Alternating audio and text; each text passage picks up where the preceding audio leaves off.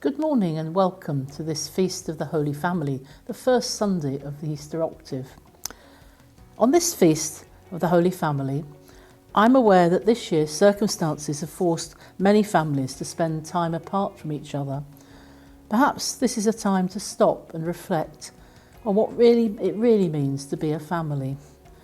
Today should be a huge family feast, since it is devoted entirely to the Holy Family as a model for the Christian family life. The first thing we're taught today in the Gospel reading, and perhaps the most important thing, is that God takes on humanity.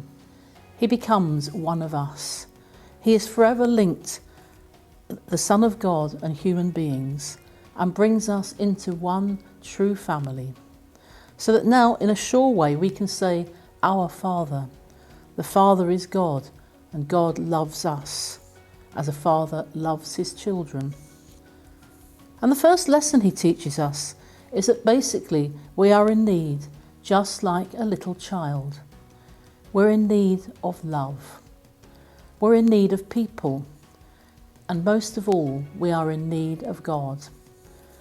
We can see in our own families a domestic church in which we put into practice the pattern of self-sacrificing love, in which we encounter this in the Eucharist. This Sunday, the Holy Family of Nazareth gives each of us the keys as to how to become a disciple of Jesus Christ, which is attentive listening to his voice and a total obedience to it. Only in this way can we flee from the culture of death and secularism, which endangers the values of the family of Nazareth. St. Joseph took the child and his mother and protected them from Herod. As children learn to obey their parents in a family, so parents in turn must obey God, so that they pass on their faith to their children obediently. All of us are on our way to become faithful, obedient disciples of our in the family and in the church. By celebrating the Sunday following Christmas as the Feast of the Holy Family, the Church encourages us to look to the family of Jesus, Mary and Joseph, for inspiration, example and encouragement. They were a model family in which both parents worked very hard. They helped each other, they understood and accepted each other, and took good care of their child, so that he might grow up not only in human knowledge, but also as a child of God. Jesus brought holiness to the family of Joseph and Mary and Jesus, as Jesus brings us holiness by embracing us within his family.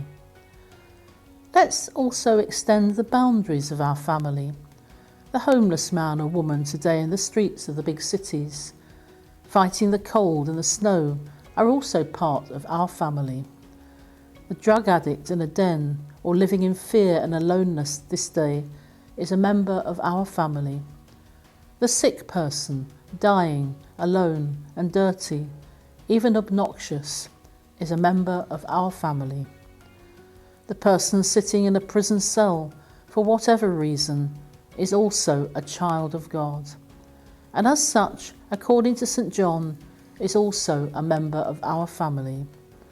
All these, as well as the cherished intimate members of our own family, are family valuables, and as such are worthy of safekeeping and reverence.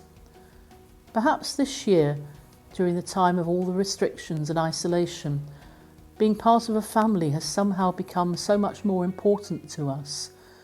We need family, and being separated from our family is a very difficult task. We miss that intimacy, that love which a family can offer, that ability to embrace and to hug one another, to listen to one another, not just on Zoom, not just on Skype, not just on a telephone call, but face to face in that actual touch in which we can feel through one another the touch and the embrace of Jesus Christ.